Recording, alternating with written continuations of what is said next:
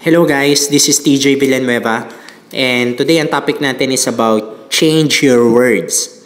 So itong topic na to, mas bagay ito sa mga first timer pa lang sa network marketing na madalas sila yung hindi pa alam paano mag-imbita or mali yung mga sinasabi nila. So marami, lalo na sa bansa natin ngayon, marami na gumagawa ng way ng pag-i-invite na mali para sa aking opinion dahil ginagamit nila yung way na pag-i-invite na kidnap.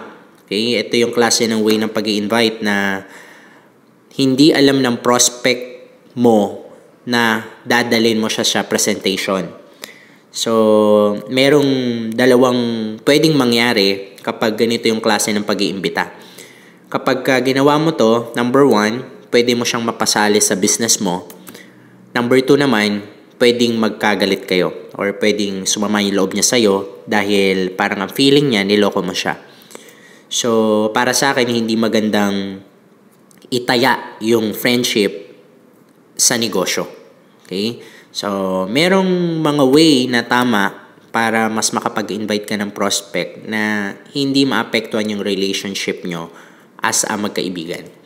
Okay? So, pero before tayo mag-start sa topic natin, gusto ko munang i-share sa inyo yung mga konting tips kung paano ka ba makakaimbita ng mas mabilis. Number 1, kailangan short lang yung conversation nyo, either sa telepono, sa text man yan, or sa Facebook. Kailangan mabilis. As much as 1 minute, 3 minutes, or 5 minutes. Mas maganda, mas mabilis. Okay? Kasi pag tumagal ka, tatanungin ka ng tatanungin. Number 2, hayaan mo magsalita rin yung prospect mo. Okay, let your prospect talk. Okay? And you have to ask question para malaman mo rin ano ba yung kailangan ng prospect mo, ano ba yung gusto niya, ano ba yung problema niya. Okay? Paano mo ba siya matutulungan? So, wag yung ikaw lang yung parati nagsasalita. So, ngayon, start na tayo. So, ano ba yung mga words na hindi na effective sa panahon natin ngayon? So, number 1 dyan yung way ng pag-i-invite na ililibre kita or wala tong commitment, tignan mo lang. Yung mga ganitong klase ng pag-iimbita, lumalabas na kailangan mo yung prospect mo or parang naghahabol ka sa kanila.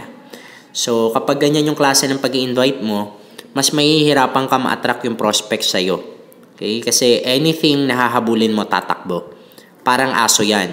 Yung aso, hahabulin ka niyan pag tumakbo ka. So, tayo ganun din. Yung mga prospect natin, tatakbo yan pag hinabol natin yan.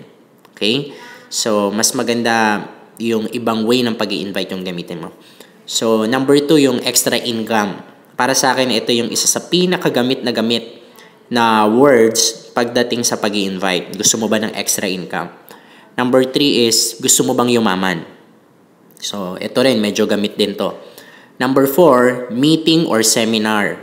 Okay? Kapag sinabi mong meeting or seminar sa mga prospect mo, malaki ang chance na hindi mo sila mapapunta kasi ang mga tao ngayon na ayaw umattend ng mga seminar, meeting kasi feeling nila bebentahan mo sila.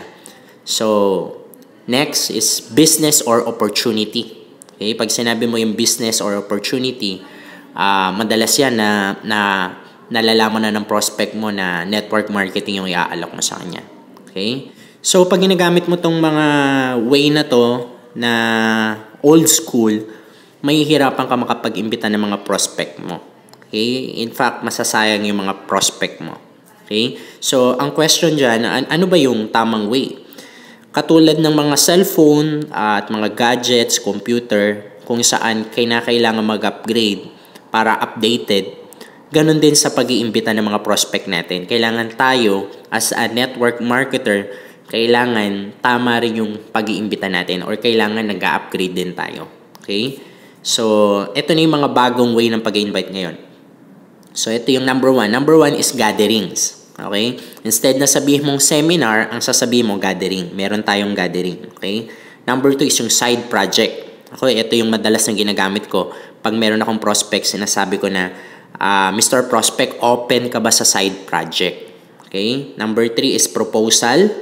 Number 4 is venture. Number 5 is business forum. Number 6 is cash flow. Number 7 is leverage income. So, itong mga words na to, maganda tong gamitin mo para maka-curious din ng mga prospect mo pagka nag-iimbita ka.